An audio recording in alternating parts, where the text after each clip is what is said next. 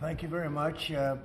We'll start by signing three very important bills. And Will, would you discuss them, please? Yes, sir. This is H.R. 2808. This is the Home Buyers Privacy Protection Act. The congressman here was the lead sponsor, so I think maybe he John Rose, yes. Say more about it than John, I can. Please. Well, it's difficult for Americans to buy a home, particularly after the last 4 years, sir. But with the president's signature today, we're going to make it easy for people to buy a home without getting hassled. For years, their private personal information has been bought and sold in the open market, resulting in them getting innumerable phone calls and text messages. But with your signature today, we're going to put an end to that so that when Americans try to realize the American dream of owning a home, they're able to do so without being harassed. Good job. Good. It's a great honor, John.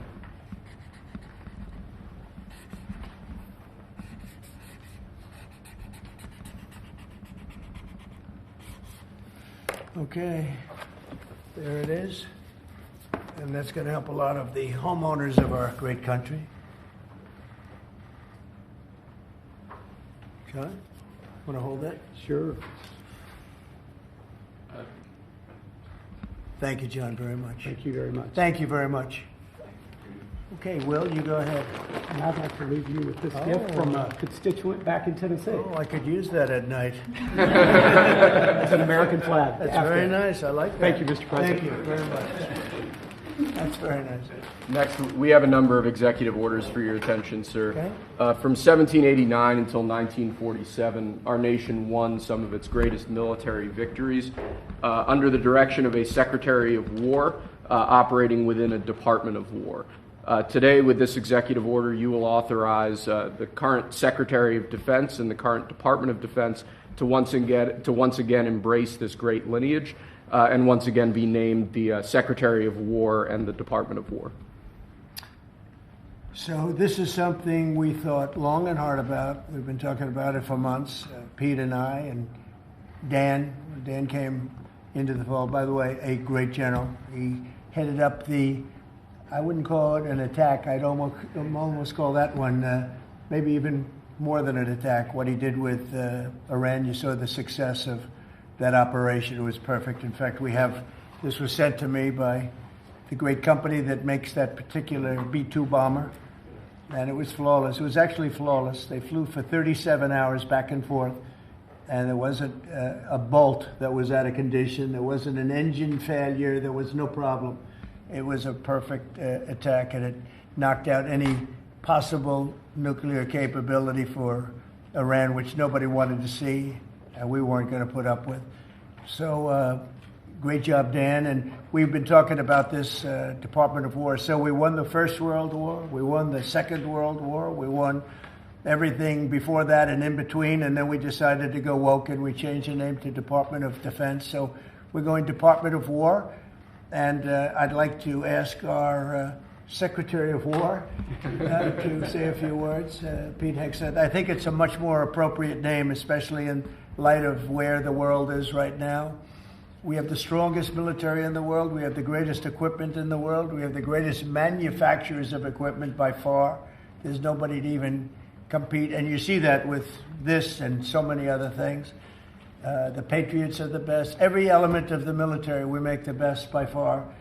So, Pete, I'd like to ask you and maybe Dan Raisin-Cane to say a few words, please. Mr. President, thank you.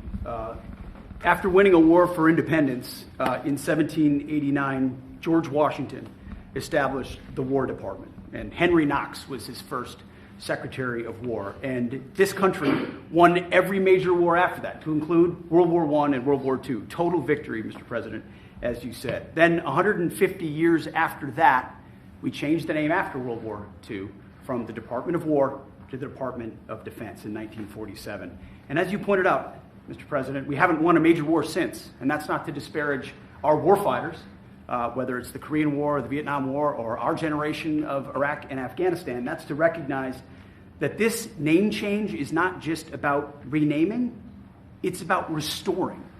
Words matter. It's restoring, as you've guided us to, Mr. President, restoring the warrior ethos, restoring victory and clarity as an end state, restoring intentionality to the use of force, So at your direction, Mr. President, the War Department is going to fight decisively, not endless conflicts. It's going to fight to win, not to lose. We're going to go on offense, not just on defense. Maximum lethality, not tepid legality. Violent effect, not politically correct. We're going to raise up warriors, not just defenders. So this War Department, Mr. President, just like America, is back. Thank you for your leadership and your clarity. We're going to set the tone for this country. America first, peace through strength, brought to you by the War Department. We're back. All right, thank you very much. Very well stated, and really it has to do with winning. We should have won every war. We could have won every war, but we really chose to be very politically correct or wokey, and we just fight forever. And then we'd, win, lose. We wouldn't lose, really. We just fight to sort of tie. We never wanted to win. Wars that every one of them we would have won easily with just a couple of little changes or a couple of little edicts. I was told that ISIS would take 5 years to win. And Dan Kane, when I told him how long would it take, he said, I think about 4 weeks, sir. I said, what do you mean 4 weeks? I was told 5 years by the people in Washington. You know who they were? 5 years. I said, you can't do it in 4 weeks. I actually flew to Iraq to meet with him, and I met him at a big air base. And remember that famous day, right? It turned out to be a famous day for our country because you're now the head of the Joint Chiefs of Staff, which is the biggest deal. And he is because he did things that everybody said he couldn't do. So they said it was going to be 5 years, and he knocked them out in about 4 weeks total, 100%. We took over, and ISIS was gone, and pretty amazing. But we never fought to win, and now if we have to fight at all, we solved 7 wars. We have the one that I thought was going to be probably one of the easier ones, and that's with President Putin and Ukraine. And that turned out to be one that's a little bit more difficult, but the 7 are done. They were supposed to be much more difficult to solve. I solved every one of them, and we're going to get the other one done too. But it turned out to be a little bit more difficult than I thought. And it'll get done or they'll be held to pay. But because they're losing 6 to 7, it used to be 5. I used to tell you 5. Now it's almost 7. I guess 7,000 people last week. 7,813 people, young soldiers, died. Russian and Ukrainian, not American soldiers. But it's a shame. And it's just, they're human lives, and I want to see it stop. But General Kane's done a fantastic job. And again, defeated ISIS, which they said would take a long time.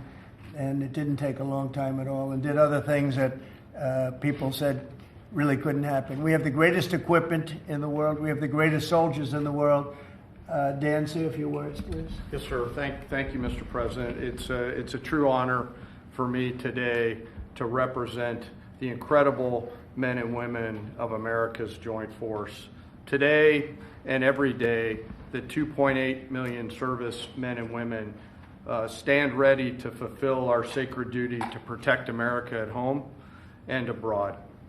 As the President said, America's military is the single most powerful fighting force in the world. The mission you and the Secretary have given us is clear and unambiguous to deliver peace through overwhelming strength. And I remind everyone that the U.S. military can reach any adversary at the time and place of our choosing.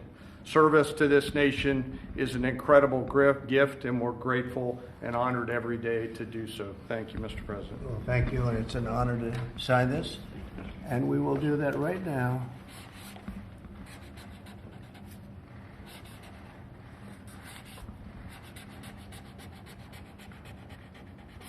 I think that's a big one, I'll be honest.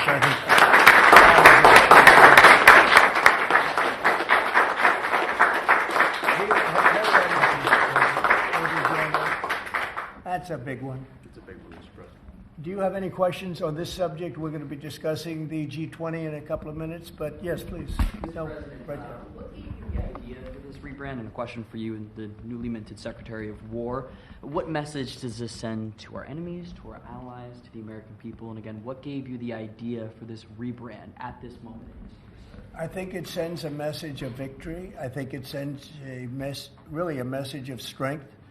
We're very strong. We're much stronger than anyone would really understand.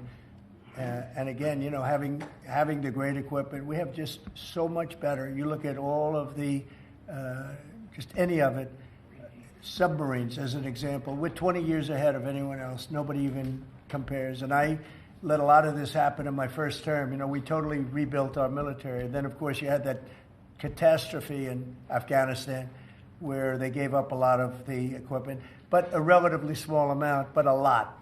It was a lot in Afghanistan. I think it was the most, General, I'd say it was the most embarrassing day in the history of our country, the way that happened, the way they went to the wrong airport. They should have gone to Bagram, not the local little airport with no security, with tight quarters, etc. You know what happened. I think it was the most embarrassing moment in the history of our country, frankly. That was under the Biden administration. That was terrible. And we were going to be leaving, but we were leaving with strength and dignity. We were going to keep Bagram because Bagram's 1 hour away from where China makes its nuclear weapons. We're going to have that all to ourselves, a big, beautiful place built many years ago from money that today would be the equivalent of, you know, many, many billions of dollars. You couldn't build it. The longest runways, the most powerful runways in terms of load capacity. And we just walked away from it. So stupid. And they were fools. The people were fools. No, we have the strongest military, and I think that indicates we have the strongest military. And, you know, we had it, and we won World War I, we won World War II, we won everything before, and as I said, we won everything in between. And we were very strong, but we never fought to win. We just didn't fight to win.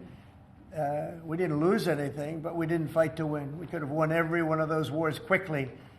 But they went a route that I think was probably politically correct, but not correct for our nation. So I think the Department of War sends a signal. Yeah, please. Mr. You alluded to this a little while ago, but you said that this rename is a, quote, a good reflection of where the world is at right now. How do you square naming it the Department of War when you've been pursuing peace in so many different parts of the world? Well, I think I've gotten peace because of the fact that we're strong. If we weren't strong, those 7 deals I told you about, the 7 wars, a majority of them wouldn't have happened. They happened for 2 reasons, trade and our strength. Those are the 2 reasons. And probably strength may be more important than trade. So if I was very proud of all those wars. Those were wars that could not be settled, and I settled all of them. And we'll get the other one settled also. That'll get settled. But without the strength, we wouldn't have settled any of them. Yeah, please. Mr. President, is it your expectation that Congress will codify this name change in the law? I don't know, but we're going to find out. But I'm not sure they have to. We're signing an executive order today, but we're going to find out. We're going to see. If they do, we're going with it, and we're going with it very strongly. There's a question as to whether or not they have to, but we'll put it before Congress. Do you know how much this rebrand will actually cost? And are there any concerns about, you know, the Pentagon's mission of actually cutting back on spending? Yeah, but not a lot. You know, we know how to rebrand without having to go crazy. We don't have to recarve a mountain or anything. We're going to be doing it not in the most expensive. We're going to start changing the stationery as it comes due and lots of things like that. We're not going to be doing things like have been done in the past when they change the name of forts that shouldn't have been changed. Those names of the forts should not have been changed, at least for the most part. And as you know, many of them have been changed back already. At the request of the communities, every one of those communities said, we want our name back, like Fort Bragg as an example. The people in that community wanted that name back. They refused to call it anything else but Fort Bragg. So we're not going to be spending very much money on that. Yes, Sir, when you spoke with the Europeans and Zelensky earlier this week, did you preview this for them, and did you say what security guarantees they might be involved in? This is nothing to do with anybody but the United States of America, the people of America. This is who I talked to about changing a name. This is a very important change because it's an attitude, and we know how to win. We've been winning, and we're going to win like you've never seen. Wait till these factories start to open up that are being built all over the country. You're going to see things happen in this country that nobody expects. We have over $17 trillion in investment coming into the country. We never did anything even remotely close to that. No other country has either, by the way. So you're going to see things that are pretty amazing. But It's really about winning. And what about the security guarantees aspect of that with Ukraine, sir? Well, we'll work that out. We'll help them. Look, we want to save a lot of lives, so we'll do something with that. I think people expect that. We'll help them. Europe will be first in by far, and they want to be first, and they want to see it end. Europe wants to see it end, and it'll end. It'll end all of a sudden. It's going to come together. You watch. Yeah. Did you want something right? Yeah, behind you, please. Yes. Yes, sir. You haven't been shy about taking bold, decisive, offensive action to protect American values. Strikes in Iran, the strikes this past Tuesday on the positively ID'd Tren de Aragua narco-terrorists. Is that going to be a critical function of the Department of War moving forward? It depends on the individual instance, you know. We don't want drugs coming in from Venezuela or anybody else or any place else, and we'll be tough on that. We don't want human trafficking. We don't want to see people coming in where they open their prisons from all over the world and they dump their prisoners into our country, which is what they did in the Biden administration, where they took insane asylums and places that held people that were seriously mentally ill, mentally incompetent, mentally dangerous, and they dumped those people into our country, and we're trying to get them out now. What they've done, what the Democrats and Biden have done to this country will go down in infamy. What they have done to our country, and especially that. You know, they created the worst inflation we've ever had. That's nothing compared to what they did with the people in our country right now. And we're getting them out, and it's not easy when you have the liberal judges destroying our country. But we've won them all. We've won it all, ultimately won it all. Hard process. It should be easier. We know who it is. We know exactly who we're looking for. We had 11,000 murderers dropped into our country. We've gotten a lot of them out. Or in some cases, they're so dangerous, we were afraid to get them out because they'd come back in. But for the last 120 days, 0 people came in. Can you imagine? This is me speaking, but these are figures developed by, they say, a pretty liberal group of people. They admit that 0 people came into our country. Think of that. A year ago, it was millions of people were coming in. Millions. They were coming in. You could look at them and you could say, big trouble. And that's what we have in our country. But we're getting them out, and despite that, we're doing really well. Yeah, please, Brian. Comment on the recruitment levels across the Yeah. branches. Well, the recruitment's the most exciting thing. So when I was campaigning for the office, numbers were coming out that the recruitment numbers, generally, you can speak to it better than anybody, the recruitment into the military, all branches of the military, and police and firemen and everything else. Anything having to do with like a public service, the numbers were horrible, record-setting bad. And now they're record-setting good. We're setting every record every month for recruitment. We're packed in the Army, Navy, Air Force, Marines, Coast Guard. My beautiful I love Space Command. I see Space Command, but Space Force has been, we've got a waiting list of people wanting to go in. A year ago, especially a year and a half ago, you know, when I took the lead in the polls, which was very early, it really helped with the recruiting. And when I won from November 5th on, it's been amazing. And over the last 4 or 5 months, we're just packed. It was very hard to get police officers. Now the departments are loaded up. Everyone wants to be a policeman or woman. So it's been a great thing. General, do you want to talk about that? Sure. As you said, serving our nation is an incredible gift that we give, and the reward on that gift pays back exponentially year over year. And I think the young people of America are seeing the importance of service, and whether it's in any of our armed services or in local police, fire, or rescue, service is an important thing that I personally encourage, and I know everyone else in government service sees that same reward. And Pete, on recruitment, what do you think? I was down at Fort Benning, the newly properly renamed Fort Benning, yesterday, watching Army basic training, and they're so full they can't barely handle the throughput. It is truly historic across all the services, as you said. It's been a surge into I was going to say the Defense Department, but I will say the War Department, and that you might almost call it a vibe shift, an attitude shift, a feeling that the country is back, that service is back. And there were military families last year Mr. President, that said, I don't know if I can recommend, I mean, I wrote a book on this. I don't know if I can recommend service to my son or daughter, given what's been done to our military. You heard it over and over and over again. And I hear from those same military families right now, sir, and they're saying, I recommend to my kids that they go into this department, this Pentagon, under this commander-in-chief, who they know you'll have their back and they want to serve. So it is historic, and it's the biggest reflection of how motivated Americans are by your leadership, sir.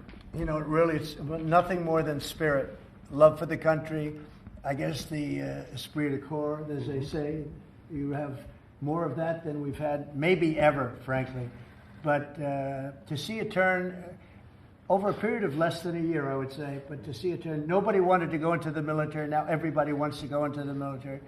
Jennifer, you wanted? Yeah, there's some new reporting on North Korea and this Navy SEAL incident in 2019.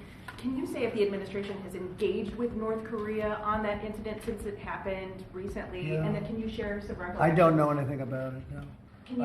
I could look, but I know nothing about it. Can you confirm that it happened? I don't know anything about it. I'm hearing it now for the first time. Okay, great. And then on the Hyundai incident in Georgia with the arrest of some workers, construction workers at the plant, have you heard any feedback from Hyundai? I just heard about that a little while before the news conference, and I would say that they were illegal aliens, and ICE was just doing its job.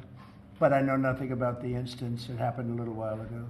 Okay? There has been some pushback on that, though, from South Korea already, and of course, they pledged to invest $150 billion in the U.S. when they were just here, last week. Are you concerned? Well, and they have the right to sell cars and things in our country. It's not like a one-sided deal. Are you concerned at all about, your immigration agenda potentially clashing with these economic goals? Well, we want to get along with other countries, and we want to have a great, stable workforce. And we had, as I understand it, a lot of illegal aliens, some not the best of people, but we had a lot of illegal aliens working there. So, look, they're doing their job. That's what they have to do. These are people that came through with Biden. They came through illegally. They came into our country, so we have to do our job. Mr. President. The now Department of War has been involved in the crime cleanup in D.C. You've tasked Congress with proposing and passing a crime bill. What are some things that you would really like to see codified in that crime bill? Well, I think one of the things is the cashless bail. It's killing it. When that came out, the first time, that's when you saw the real big crime start to happen. Cashless bail, what a disaster that is. You murder somebody, you don't have to put up bail, and you go out in the street and you murder somebody else. That's what's happened.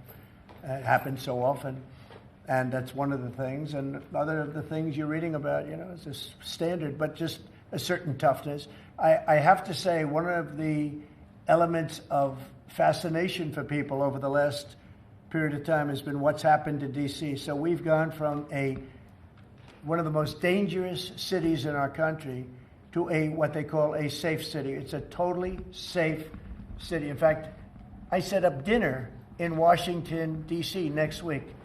I wouldn't have done that, to be honest. I would have had an obligation not to do it before I came into office, or even at the very beginning when things were so corrupt and so dangerous out on the streets.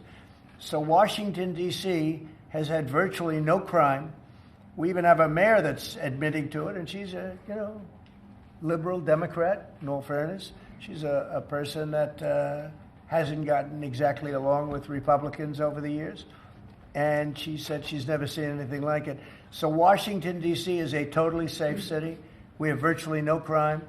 It's gone from the most unsafe city in the United States, almost, just about, to one of the safest cities, maybe the safest city in the United States. That's a tremendous compliment to our military, what we did. The National Guard's done a fantastic job. Yeah, please. Mr. President, can I ask about Florida real quick? Florida House Speaker Daniel Perez was at the White House yesterday as part of a leadership summit. Yes. And we understand you met with him separately. Mr. President, what did you talk about? And also, did you explore him running for Florida Attorney General? I didn't. We didn't talk about that, but he's done a fantastic job. He's respected all over the country, really. He's a leader, and he's done just a fantastic job. We didn't discuss anything having to do with his future. I'm sure he'd be very good at that. My second question, Alligator Alcatraz, sticking with Florida, a major ruling appeals court blocked a federal judge's order to close it, and it can remain open for now. Your reaction? I think they've done a fantastic job in building it, the governor and everybody else that's been involved.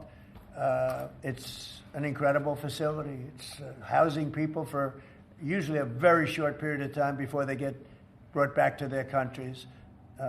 As you know, we focus on criminals before we focus on anybody else, and we're taking thousands and thousands of criminals out every month out of our country, some of them murderers.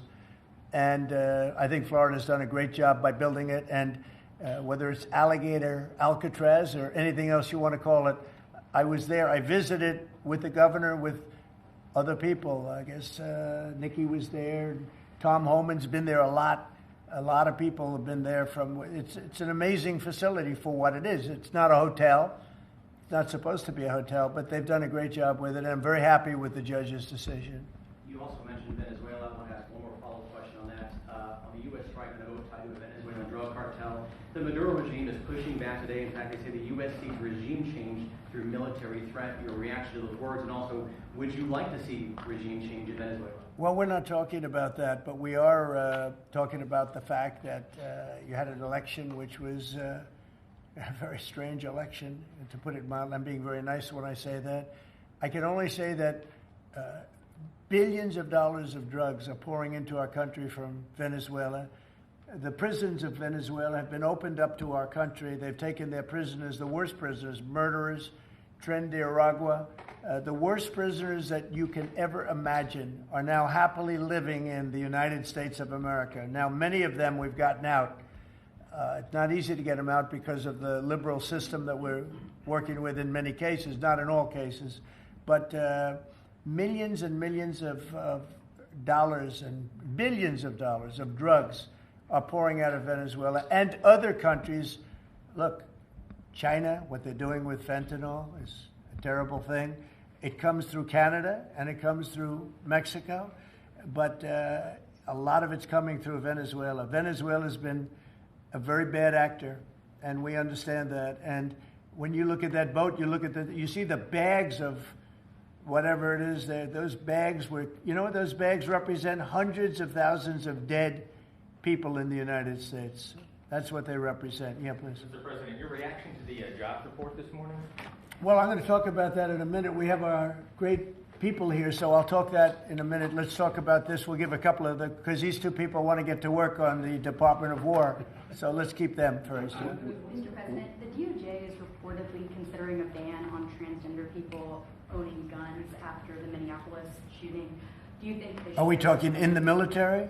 In general. Okay, I thought you were talking about in the military. I'll refer to that then differently. Because it's not a military question, I'll be able to pass on that very nicely unless you'd like to talk about it. No, Pete doesn't want any part of that question. Yes, please. Mr. President, who do you blame for losing India to China? In your post earlier today in the morning, you did put that out. I don't think we have. I've been very disappointed that India would be buying so much oil, as you know, from Russia. And I let them know that. We put a very big tariff on India, 50% tariff, very high tariff. I get along very well with Modi, as you know. He's great. He was here a couple of months ago. In fact, we went to the Rose Garden, and the grass was so soaking wet. It was such a terrible place to have a news conference. I said, well, let's use a beautiful white stone emblematic of the White House, okay? And it's been very well received. But we had a news conference on the grass. That was my last news conference I had on the grass because everybody sunk in. You probably sunk in. Every reporter out there, they ruined their shoes. We made that change. It's been a really well-received change. Yeah, please, go ahead. On Venezuela, you've sent F-35s out of Puerto Rico. You've sent naval vessels into the Caribbean. You're concerned about drugs being legally sent into the area. Yeah. How do you describe this build-up, this situation? Well, I just think it's strong. We're strong on drugs. We don't want drugs killing our people. I believe we lost 300,000. You know, they always say 95, 100,000. I believe they've been saying that for 20 years. I believe we lost 300,000 people last year. I know families that lost their son. Those families will never be the same. I know a family lost a daughter, a beautiful daughter. In fact, it was like she took something that she thought was like a minor deal, and it turned out to be riddled out with fentanyl. The size of the head of a pin. and you're dead. And no, we're stopping the drugs. We're going to save a lot of people. Look, whether it's 100,000, but it's not. It's 350,000 people died last year from drugs. And we're not going to let that happen to this country. Think of that. Think if you're in a war and you lose 300,000. We'll lose 600,000 in the, pretty much between Gettysburg and all of that, the Civil War, we lost, 600,000. So we're losing half of that every year to drugs. We're not going to do it. We're not going to allow it to happen. You think of the wars. If we lost 600,000 people in a war, but we lose that every 2 years, more than that. So it's 300 to 350,000 people. And when I see boats coming in, like loaded up the other day with all sorts of drugs, probably fentanyl mostly, but all sorts of drugs, and we're going to take them out. And if people want to have fun going on the high seas or the low seas, they're going to be in trouble. I will tell you, boat traffic is substantially down in the area that happened. And they called it the runway. It's a runway to the United States. And boat traffic is very substantially down on the runway. You can imagine why. I think anybody that saw that is going to say, I'll take a pass. I don't even know about fishermen. They may say, I'm not getting on the boat.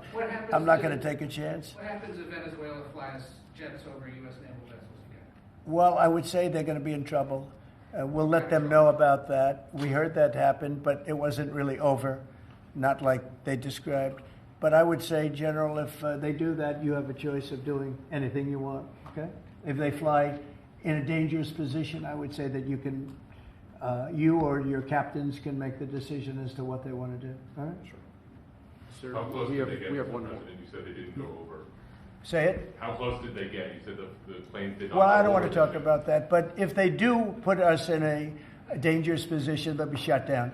Thank you very much, everybody. So we're going to now cover the G20, and I'm going to let these people go back to the Department of War and figure out how to maintain peace. Okay? Thank you, Mr. Thank you very much. Thank you Thank very you. much. Congratulations, General. Thank you very much. Appreciate it. Great job.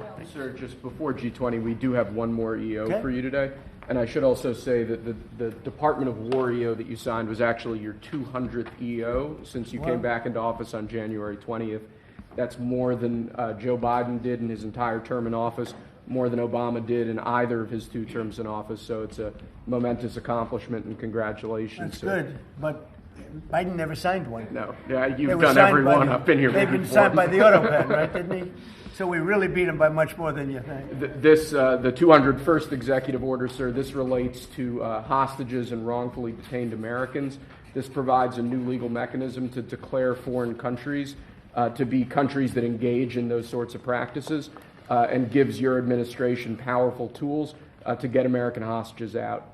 This has been a Right. focus of your administration Yeah. this time around. Adam Bowler's here, and he's done incredible work already. This will give him even more. I think it's great, and more Adam's tools. amazing. So, Adam, do you want to describe how many hostages we've gotten out together, you and I, and you and a couple of other people that we know, and Yes. me and a couple of other people that you don't know, but we've gotten a lot of hostages. Do you want to describe it? Mr. please? President, you brought back 72 hostages since your term.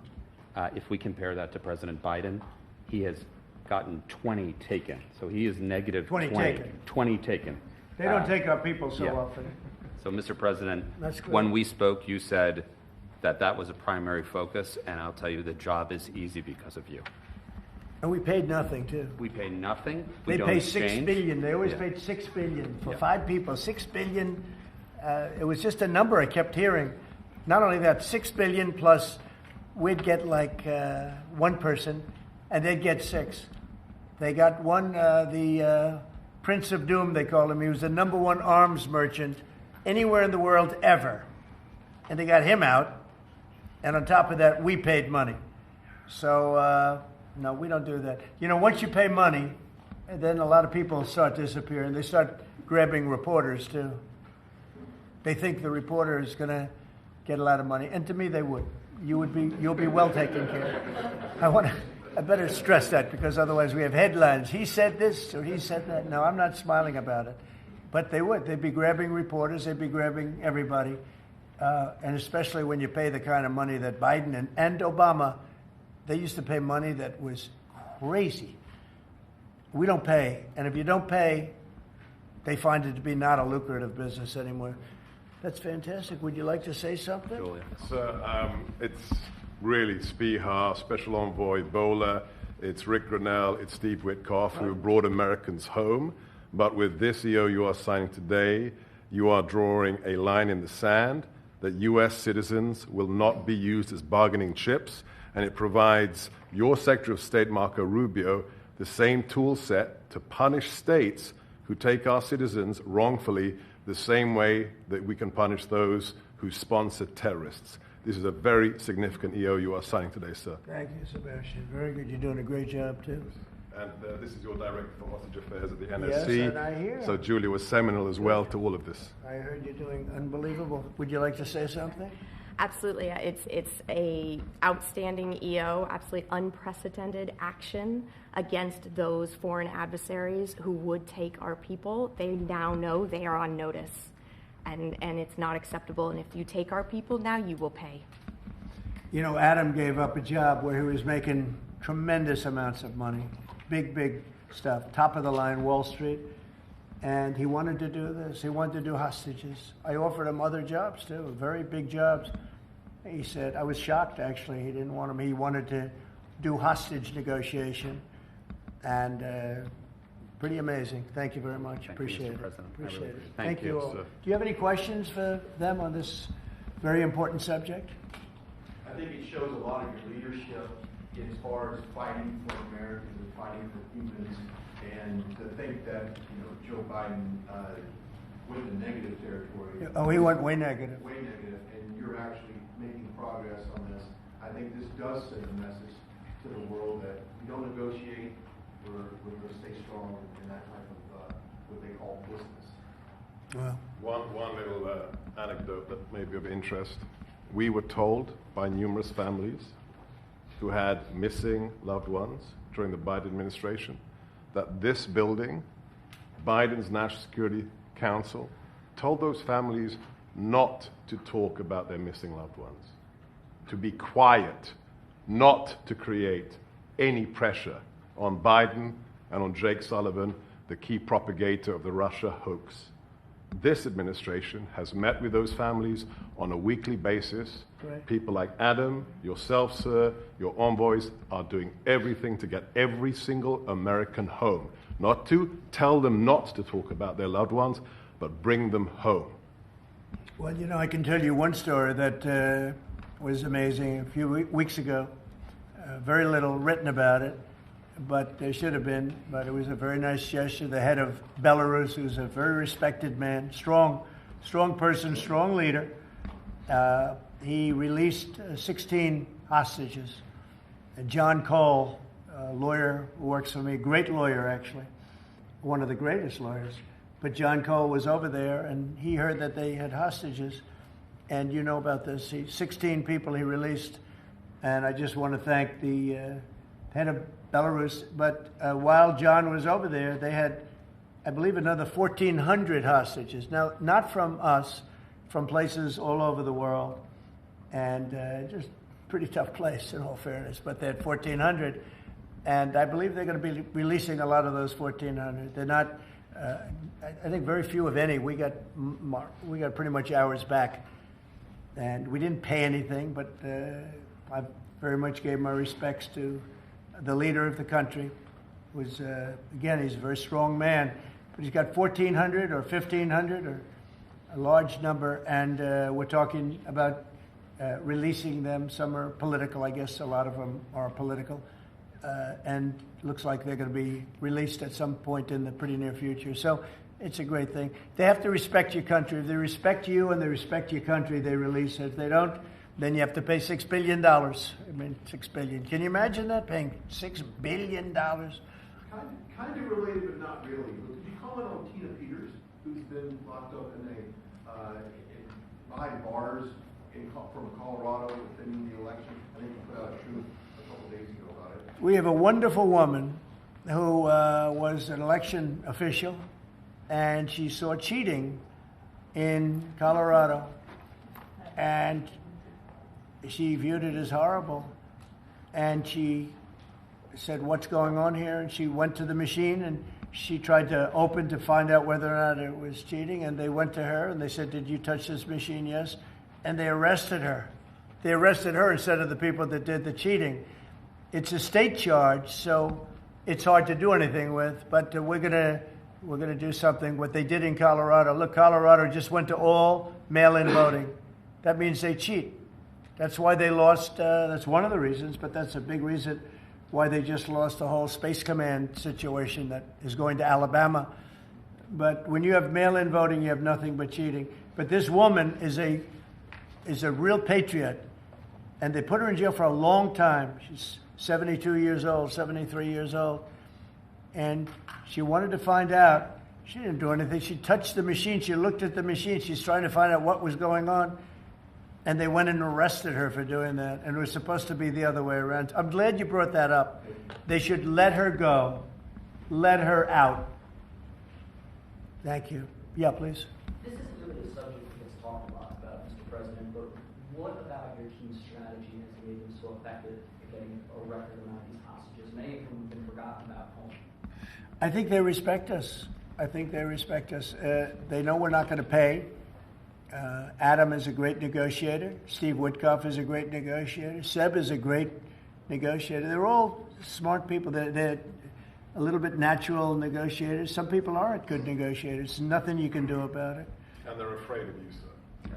Yeah, well, maybe. I don't know. I hope so, or whatever. We have the best. I'd like to say respect, but whatever it takes. Yeah. I actually say whatever it takes. But we've gotten a lot of people out, and we'll continue. We don't have too many in. How many are you working on right now? There's not a lot left. A handful. Yeah, we got most of our people out. We got them mostly back. Mr. President, do you have an update on the negotiations to release the rest of the hostages in Gaza? We're in very deep negotiation with Hamas. We said, let them all out right now, let them all out, and much better things will happen for them. But if you don't let them all out, it's going to be a tough situation. It's going to be nasty. That's my opinion. Israel's choice, but that's my opinion. They got to let them out. You got 20 plus you have about 38 dead people. Young, beautiful, dead people. And I'll tell you, the parents want them every bit as much, almost more, than as if their son or daughter were alive. But you have many dead people that are coming out as part of the deal. It's 20 people, but I think of the 20, there could be some that have recently died, is what I'm hearing. I hope that's wrong. But you have over 30 bodies in this negotiation. Can you believe? I mean, we negotiate for people that are living here. We know that at least 30 people are dead, and we're negotiating to get them out. The parents want them back so badly, as if they were alive. Every bit as much. It's really pretty amazing. It's very sad. I'm in the middle of it. And I put out the other day, I said, we want all 20. We don't want two. I was the one with myself and my people, Steve Witkoff, and Jared Kushner was great on this. But they got a lot of people out. We got almost all of them out. They're down to 20. But Adam, we got like a tremendous number out. But I always said when you get down to the final 10 or 20, you're not going to get them out unless you're going to do a lot. And doing a lot means capitulation. That's no good either. It's a very tough situation. But I put out the other day, let them all out. Every single one. No more twos and ones. We'll give you one this week, and in 2 months we'll give you two more. And there's negotiation going on right now. Okay. And real quick, what is the biggest challenge negotiating with Hamas right now? 10 to 20, what do they want to let them free? Well, they're asking for some things that are fine. Look, you have to understand, you have to remember October 7th. People forget October 7th. It's not an easy thing to forget, right? But people forget, or they maybe purposely forget October 7th. So, you have to put that into the equation very strongly. It's amazing. Some people even deny it. They deny it. They're crazy. But I've seen tape that's as violent as anything that you can imagine. Many of you have seen those same tapes. So you have to put that into the equation too. So it's not an easy situation. It's a tough one. But there are 20 people, maybe a little less, but there are 20 people that we want out. We want the bodies of these parents. They are. I've never seen anything like it. The level of love that they have. They want their children back. And I see demonstrations, big demonstrations in Israel about the hostages, not about the war, about the hostages, which puts Israel in a tough position because it's tough to prosecute a war when you have people they want the 20 people back. They just want them back very badly, and everything that goes with it. So it's very sad. Thank you very much. We're going to talk now about the G20. I figured we could wrap 2 or 3 up. The last time I took a day off, everybody said bad things happened to me. You know that, Seb? I took 1 day off. I didn't take it off. I was working. In fact, I was here. But I didn't do a news conference, and they said bad things happened to the president. That's why they're fake news, Mr. President. It's fake news. If you look, Biden, he had a press conference. He missed it for about a year, right? About a year. And I never saw any stories like that about him. He didn't have, and when he had one, they'd ask him, "What flavor ice cream do you like?" He'd say vanilla. How many times have they asked him that question? What's your favorite ice cream, sir? Vanilla. Okay, that's enough. Thank you, ladies and gentlemen. They don't have to go through this, but we all have a good time. I only do it for one reason. I think it's good for the country. And we are very transparent. There's never been transparency like we have. There's nothing to hide. So thank you very much on this, Will. Great job. Appreciate it. So we're going to talk about Florida, the great state of Florida now, because it's going to be a very exciting thing to host the G20. And as we celebrate our nation's 250th anniversary next year, the United States will have the honor of hosting exactly that, the G20 summit right here in America for the first time in nearly 20 years. This afternoon, I'm thrilled to announce that the 2026 G20 conference, which will be, I could read off the countries that we're talking about, but you know who they are, I think. Does anybody want me to list them specifically? Jennifer, you're okay? Okay, but will be held in one of our country's greatest cities, beautiful Miami, Florida, where we have the mayor with us, Mayor Suarez. And I want to thank Francis for being here.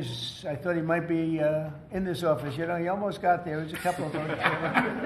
Right? A couple of votes. It's not as easy as they think, right? It's not that easy. But he's an amazing guy, very popular in Florida.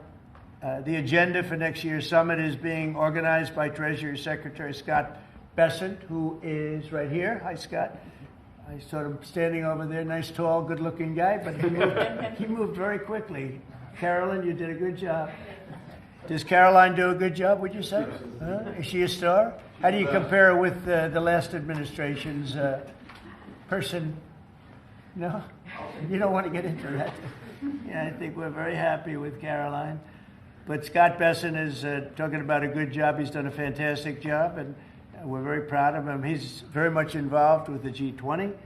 And the NEC director, Kevin Hassett, who's truly a talented guy. And he's certainly being thought of to go to a different position, and we'll find out about that pretty soon. I don't know. Would you like to be there? I won't ask you that. I think, who wouldn't want it? I think it's the greatest position in the world. You come out, you make a speech, and then you go away for 30 days or 40 days, and you come out, make another speech. The market goes up or down depending on what you want to say. I've never seen an easier position than that. Unfortunately, you need good instincts, so we have somebody in there now that doesn't have them. We call them too late.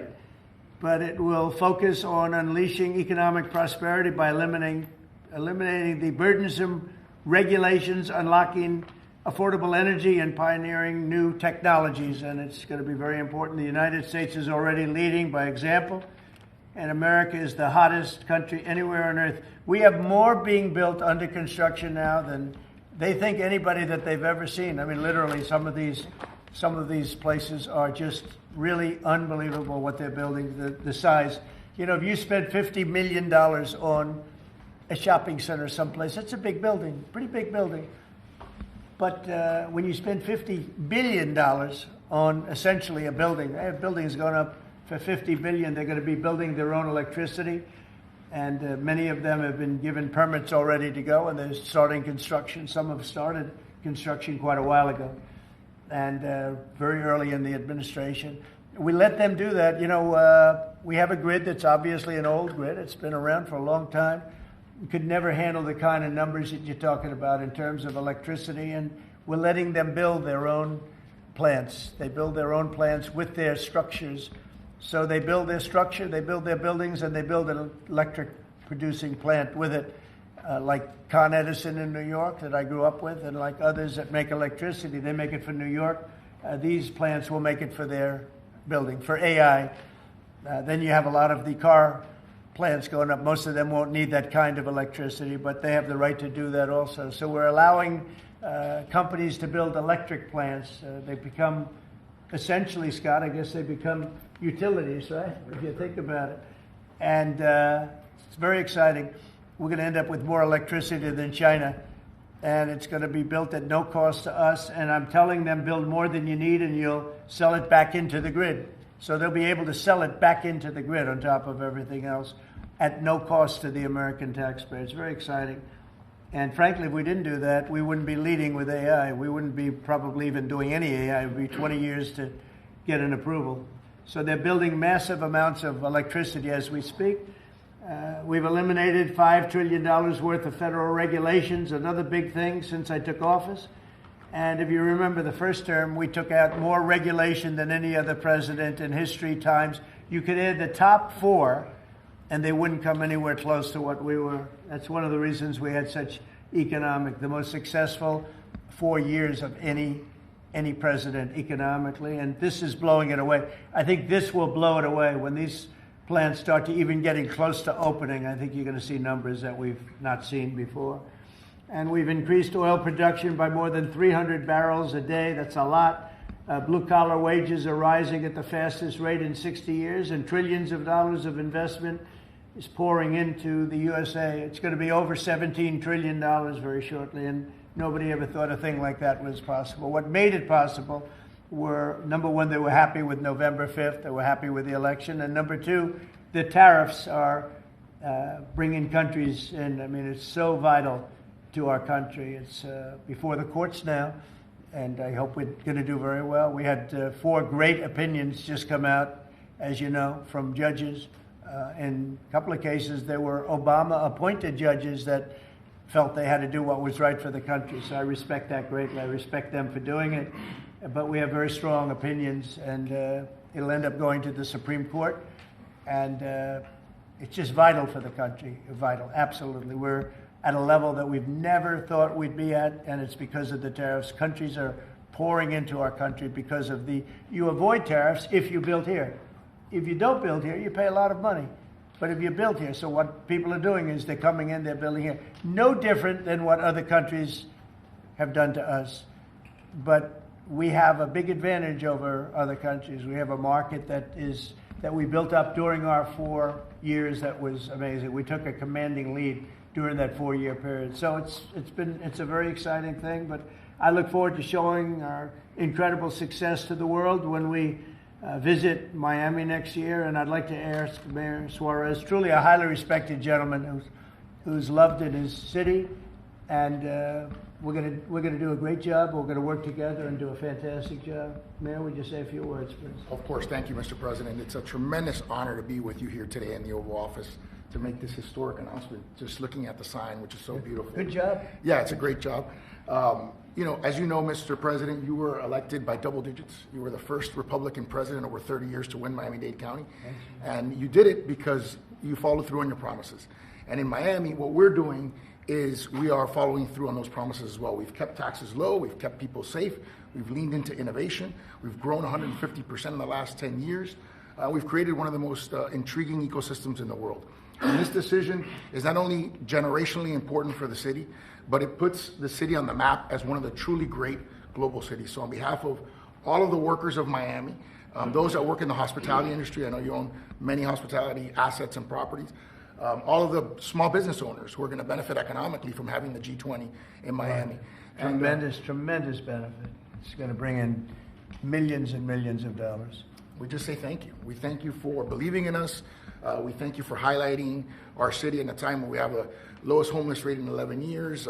We're on the precipice of having the lowest homicide rate in history, and with the lowest taxes. So we're following your America First agenda, and we're creating success in, Miami's the greatest city in the world, we believe. Thank you, Mayor. We'll see be you down highlighting there. it. We'll see you down there before then, but we'll see you Of course. down there. Thank you. Scott, would you like to say a few words? Yes, sir.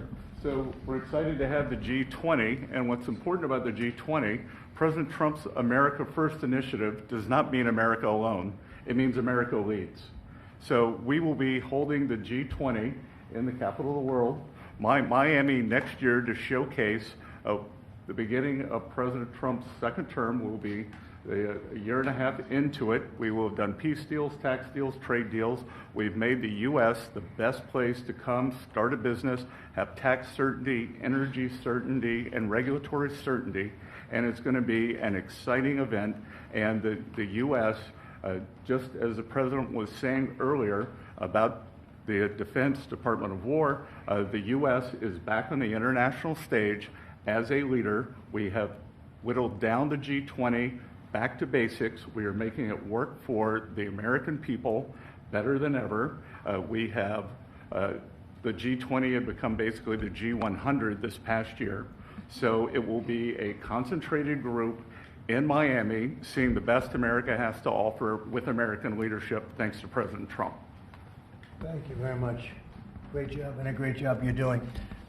Kevin, would you like to say a few sure. words? Mr. President, I think this G20 meeting, where the world leaders will come to the great city of Miami, is going to be viewed as one of the most important meetings in global history, because what's going to happen is the golden age is going to be documented so well in the data by next summer that you're going to have one of the best speeches written for you that you've ever seen, because we're just going to be talking about the accomplishments of the next year. I think so. A lot of these plants are going to be open by then. Yeah, exactly. And a lot of jobs are coming in like I think we've never seen before. It's going to be great. Monica, would you like to say something? Thank you, Mr. President. We're so looking forward to having the United States of America host the G20 in Miami in December of next year.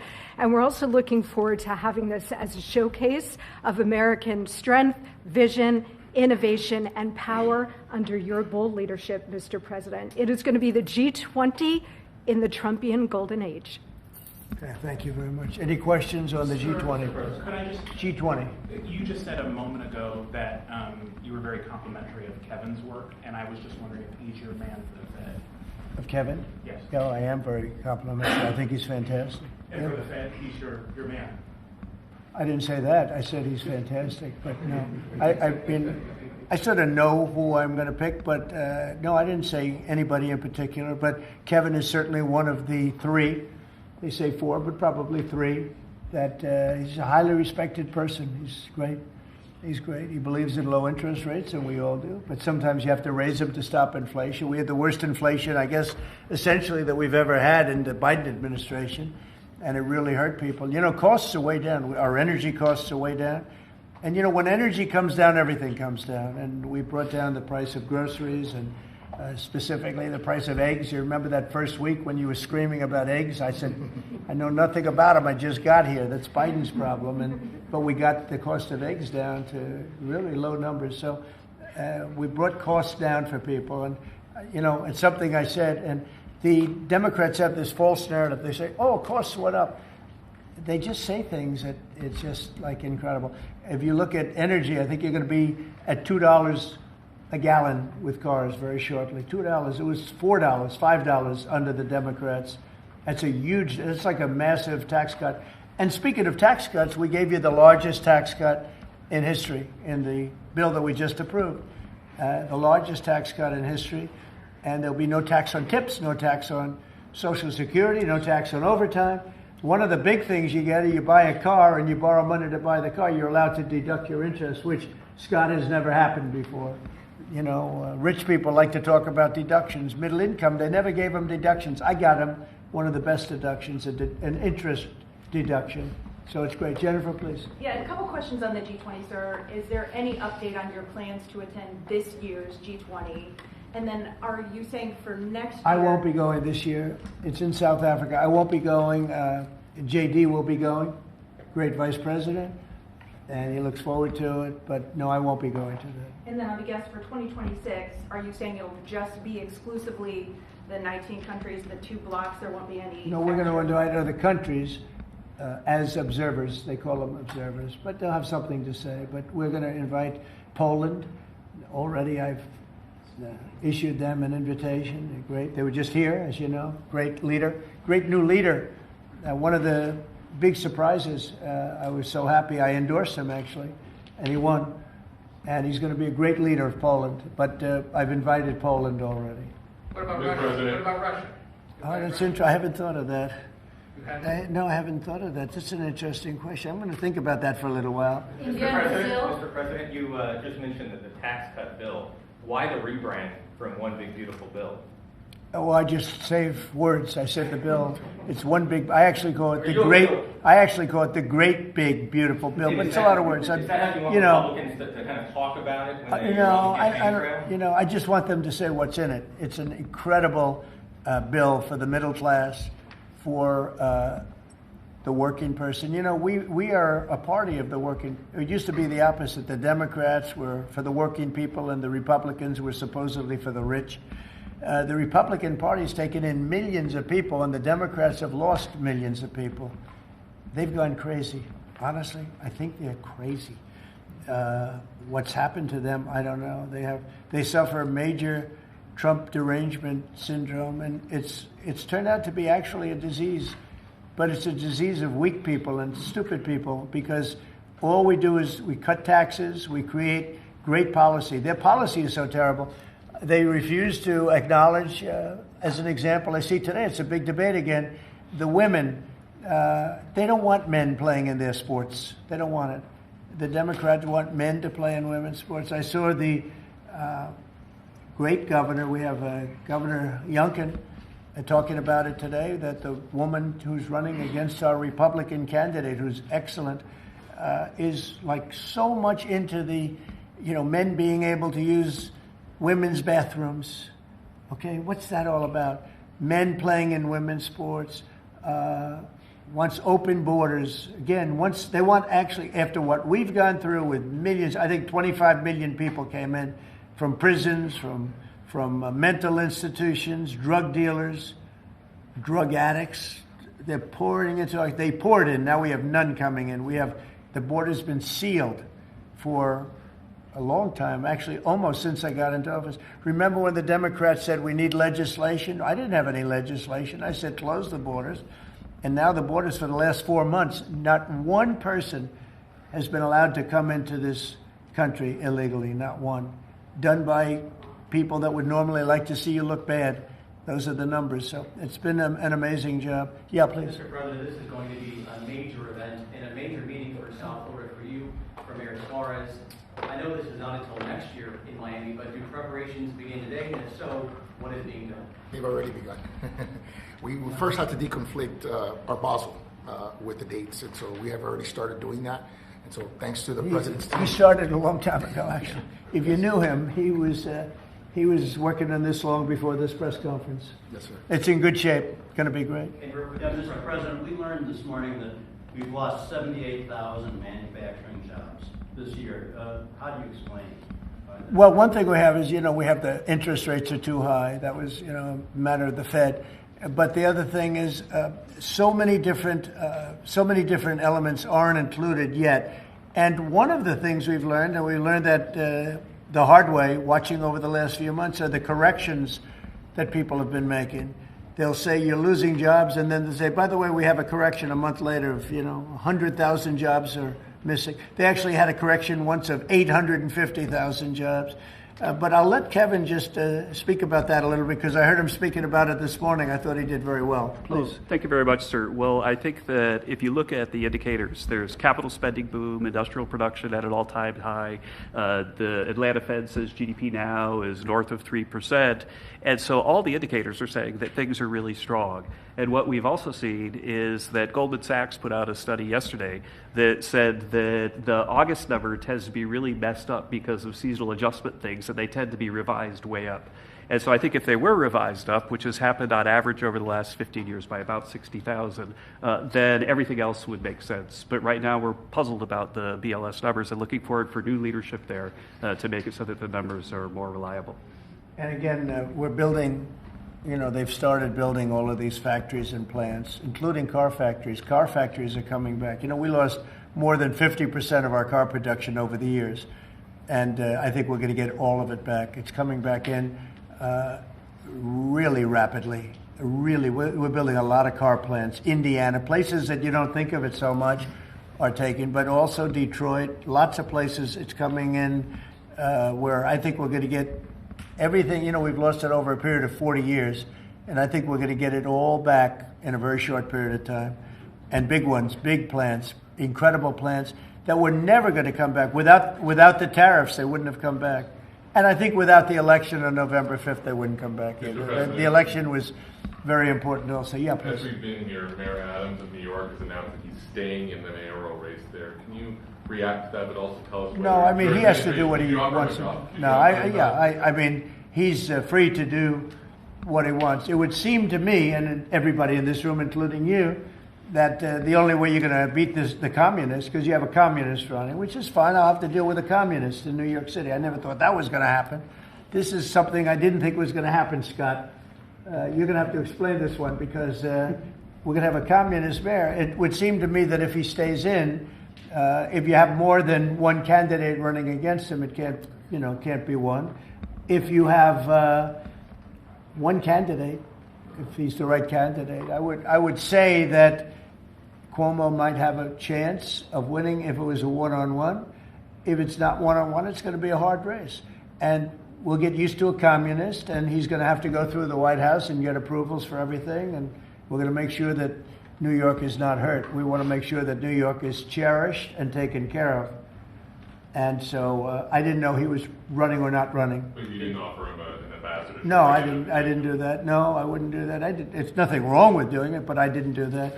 We asked for the G20. We understand that it'll be held at Doral. Yes, it's going to be at Doral, yeah. You considered that with the G7 last time. You decided against it. Why go forward with it now? Well, I think that everybody wants it there because it's right next to the airport. It's the best location. It's beautiful everything. They actually requested that it be there because the location is the best. And we will not make any money on it. We're doing a deal where it's not going to be money. There's no money in it. I just want it to go well. And it's going to be each country will have its own building. I think it'll be really a beautiful thing. And Doral's been very, very successful. One of the most successful properties in the country. And, frankly, it's the problem is in December, that's the biggest month in Florida. So, using it for, you can't get a room in Florida in December, January, et cetera, that area. And that's the time we're talking about. So from that standpoint, it's not good, but we want to make sure it's good. I think Doral would be the best location. And again, they'll have their own buildings. It'll be incredible for them. And being like less than 10 minutes from the airport, and it's a big airport, international, all of the planes will be able to land, go right into their quarters. So I think it'll work out very well. Earlier on your Fed answer, sir, you said that you're looking at maybe 3 candidates or 4. 3 candidates. Should we interpret that you like Secretary Vesta in his current role? Well, I like him too, but I had him as a 4th. I had 4. You were talking about 4. Now I'm talking about 3. He told me I'm not leaving. So he wants to be doing, and if he was leaving, he would certainly be one of the people I'd want. But I asked him specifically. I could ask him right now, would you rather stay where you are as treasury, or would you rather go to the... Sir, I'm the only person on the planet who does not want the job. Okay. He really told me, he said, I love what I'm doing. I wouldn't want to really take him because he is doing a great job. Are the top 3 still then Mr. Walsh and Mr. Waller? I am looking at Kevin also, and I'm looking at, I would say you could say those are the top 3. Good job. That's very good. Just to clarify, you're saying you believe Andrew Cuomo would be the best one-on-one candidate against him? Well, I think if I'm only going by the polls. It's not an endorsement or anything. It just seems that he's second. And what you do to win is you take the guy who's second and you hopefully add 1 and 2. But maybe if the 1 isn't getting out, then he's not getting out. And that's okay. I think the mayor's a very nice person. I helped him. He was got caught up in a scam by the Biden administration, what they did. So I helped him out a little bit, but I would understand why he doesn't do it. I do think this. I think if you have more than one candidate, we've got ourselves a communist mayor in New York. And I don't like communist mayors. I don't like them. Yeah. You passed the One Big Beautiful Bill, sir. 5 months, all these slew of events next year. World Cup, G20, all America 250. Given this, what's your economic outlook for the year 2026? How much growth do you think is reasonable for us to expect economically next year? Well, I heard, and we were on a very downward path with Biden, and I heard that the most we could do is 1% GDP, and now I'm hearing 3.2% and 3.5% and all. And our big year won't be really next year. I think it'll be the year after, because when these plants start opening up, it takes a period of time to build them. We're going to have tremendous job growth. It's unprecedented. We have unprecedented in history. There's never been anything like it, because we're going to have more than $17 trillion invested. There's never been anything like that. If we did $1 trillion in 1 year, and this is 6 months, 7 months, because we really focused on it over the last 6 months. But we're going to be doing. Nobody's ever seen numbers like this. When this stuff starts opening up, our country's being rebuilt. And by the way, Washington, D.C. is being rebuilt. In addition to the fact that we have a safe city now, and our National Guard was fantastic and worked with the mayor, worked with everybody, we're also doing a refurbishing of Washington. We're going to redo some of the roads, the surfaces. We're going to redo the medians. We're going to take the broken tiles off the tunnels and put brand new tiles up, and we're going to regrass all the parks. They're going to be regrassed by people that build world-class golf courses, and not necessarily people that work for me, because I don't care about that. I just want to, I'm very good at grass. Grass has a life, just like you have a life, right? It has a life. Well, this grass has been up longer than, it's like 4 lives, okay? That's why there's a lot of areas where there's just no grass. But we're going to regrass all of the parks. We're going to, in a year from now, you won't even recognize it. Graffiti's gone, the tents are gone, the medians falling into the roads are gone, the potholes will be gone, the marble's going to be polished and beautiful. It's all going to be beautiful. We're working with Clark Construction, who's one of the, well, definitely the biggest here, one of the biggest in the country, and they've been great. And we're going to do about a 10-mile radius from the White House, from the Capitol, looking sort of at both of them, go right in the middle of both of them and start drawing circles. And everything is going to be spit-shined. When the head of Poland came here last week, and when other leaders came here, a lot of them have been here over the last 8 months. I said, what do you think? And they said that we're a little surprised at the look, the filth on the road. Now it's much better. We've got it much better, but we have to do some construction things. I mean, you have medians that are all broken and rotted and rusty and disgusting. And they're all going to be changed. You're going to have a very different look. You're going to have the look of prosperity, not the look of poverty. But the big thing right now, initially, is we have no crime in Washington. We literally have no crime. They said it's down 87%. It's not down 87%. It's down like 100%. We have almost no crime. People are going to restaurants that wouldn't have even thought about it. And I know families that have gone 4, 5, 6 times to restaurants over the last few weeks. And you people are in the same category. I mean, yes? I agree on that. Thank you. It's a whole different place, right? That's very nice. And you're so tough usually. I like her now, right?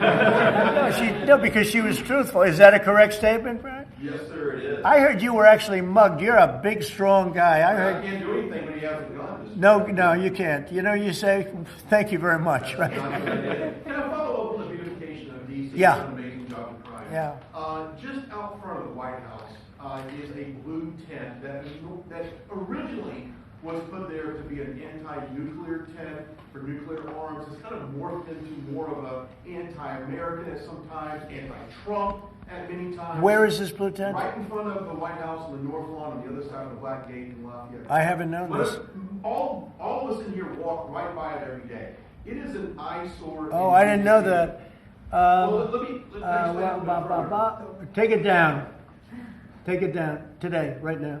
Nobody told me I've that. had So people you're tell saying me- there's a blue tent? It's been there for 30-plus years. It was originally a peace tent, but it's kind of morphed into Well, something yeah, more. morphed into radical left. Okay. Oh, but I've heard. Is it in the ellipse? Where is it? No, it's in on Lafayette Park. It's actually Lafayette Park. Take it down.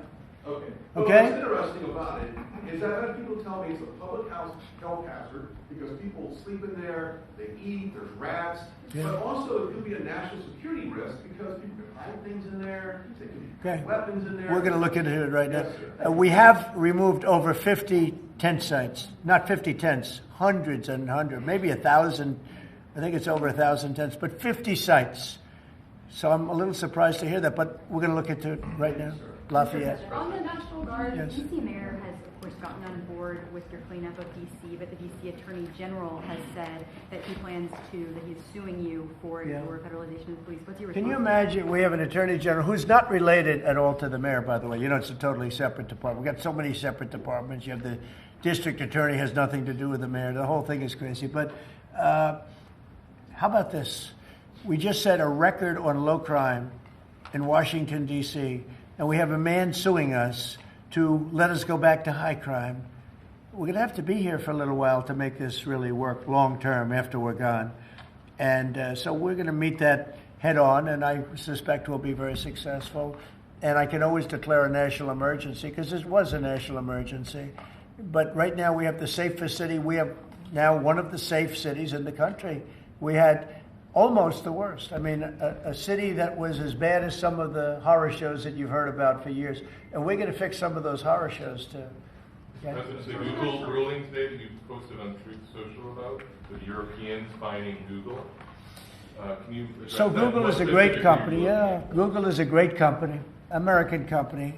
Apple is a great American company, and so many others. And the European Union, I don't know why they do it, but they have been finding them numbers that have been astronomical. More so before I got here. But Apple paid $17 billion a fine in the last year. Apple, $17 billion on a case that a lot of people think they weren't guilty of. And no, I'm going to be speaking to the European Union about it's not fair. Google just got fined $3.5 billion, and they've already paid $13 billion. They're up to $16.5 billion. And people say there was nothing wrong with what they did. It's almost a source of income to run Europe. It's become a source of income. And many other companies too. Mostly tech companies, but we can't let that happen. What are you seeking from the Europeans and by when? No, I can just say you can't do that. I mean, you know, they respect us now. They didn't respect us a year ago. European Union respects us. Look, they're paying us $950 billion, right? You got to respect us. They were very disrespectful of our country. I have great respect for Ursula. I've gotten to know her very well. And I just don't think it's fair that they're taxing, and really it's almost become like a tax. It's become so regular. And I've gone to lawyers and I've asked them, what do you think? They said, they didn't do anything wrong. We can't do that. It's not fair. And it's interesting. I don't hear that about China, and I don't hear that about other places. I hear it about the European Union. We were talking about it last night. I think we had a gathering. That was the highest IQ group of people I think any room has ever had last night, you know? It was about as high as you can have. All the tech geniuses were there. They love their computers. They would tell me more about chips that I want to know. Did this come up last night? Yeah, it did. It did come up. A couple of companies said that they were taxed by the European Union. It's interesting. They weren't complaining about, in that regard, China. They weren't complaining about other places. It's the European Union, and they have. Apple was again forced to pay $17 billion last year. So I think we're going to change that around. It's just not fair. We don't want that to happen to our companies. And you know, if somebody does that, we should be doing it to them. They've got to pay. Let them pay us. But you just can't do that to our companies. Yes. Was Elon Musk invited to the dinner last night? I wanted to go back to the G20 real quick in Miami. You know South Florida very well. Many cities were being considered for the G20. Was this a hard decision, or did Miami just stand out to you? It wasn't a hard, really. I mean, look, it's got the weather. We're in December, so it's, you know, cold in some places, and that's beautiful too. Cold weather's nice. It's all nice, you know, depending on the city. But no, Miami really wanted it. The mayor really wanted it. The people down there really wanted it. You might just address that for a second, Mr. Mayor. Yeah, as I said, I mean, a conference of this kind does two things. Number one is it puts us on the global map with the great global cities. And I think that's something that we've been trying to achieve for a generation. And I think number two, it's a tremendous boom for your economy. I mean, as the president knows, he has, multiple hospitality assets, and the working people of Miami, the small business owners, are going to benefit tremendously from the economic impact of a conference like this in our city. So it's an image thing, but it's also benefiting working people in our community. Do you think Xi and Putin will attend the G20 there? That's an interesting question. I'd love them to if they want to. I mean, they can, as observers. They'd be observers, so I'm not sure they want to be an observer. But if they want to, we can certainly talk. Could I ask you another Florida question? The vaccine mandates that were rolled back for school children. What do you think about that? Well, I think we have to be very careful. Look, you have some vaccines that are so amazing. The polio vaccine, I happen to think, is amazing. A lot of people think that COVID is amazing. There are many people that believe strongly in that. But you have some vaccines that are so incredible. And I think you have to be very careful when you say that some people don't have to be vaccinated. It's a very tough position. So I'd give you an answer. I'll give you a feeling. But just initially, I heard about it yesterday, and it's a tough stance. Look, you have vaccines that work. They just pure and simple work. They're not controversial at all. And I think those vaccines should be used. Otherwise, some people are going to catch it, and they endanger other people. And when you don't have controversy at all, I think people should take it. Okay. One more follow-up on your comments on the taxes. On the upcoming tax bill, are you discussing, do you want that new tax bill to eliminate inflation from calculating capital? When you say the upcoming tax bill, because when you have an upcoming, we just passed the biggest tax cut in the history of our country. So there's nothing upcoming. There's something that we just passed. So we passed the biggest tax cut in the history of our country for the middle class, for the worker. And that's the only bill that we're really talking about. We did a good job. It's very comprehensive. And I will say the Democrats, if you gave them every point that they wanted, every point that they've dreamt of all their lives, you wouldn't get one Democrat vote. They really are. They've become deranged, sick. It's crazy. If you gave them a list of the top 10 things that the Democrats wanted and you put them in a bill to get passed, you wouldn't get one vote. It's the only thing they have. They stick together, but they're dying. I mean, they're down to 16% approval rating, the lowest rating in history for either party. And we have the highest rating we've ever had. The Republicans have the highest rating we've ever had. On the National Guard, have you decided which city that you want to go into now? Yeah, I have. I have. I'm not going to say it now, but yeah, I have. We're going to go into another place and straighten it out. And I will say this: I watched today. I didn't know that was continuing to go on, but Portland is unbelievable. What's going on in Portland? The destruction of the city. Well, I'm going to look at it now because I didn't know that was still going on. This has been going on for years. So we'll be able to stop that very easily. We'll be able to stop it. But that was not on my list, Portland. But when I watched television last night, this has been going on. You wouldn't be standing if you were the mayor. You would be. Can you imagine what they're doing? They're walking in throwing smoke bombs into the store. These are paid terrorists. Okay. These are paid agitators. These are professional. I watched that last night. I'm very good at this stuff. These are paid agitators. They get paid money by radical left groups, not radical right groups, radical left groups. And they get paid a lot of money. And you see it with the signs. They all have perfect signs that are printed. They look as good as that sign. Those signs aren't made in basements. They're made at professional printing offices, and they cost a lot of money. These are paid agitators, and they're very dangerous for our country.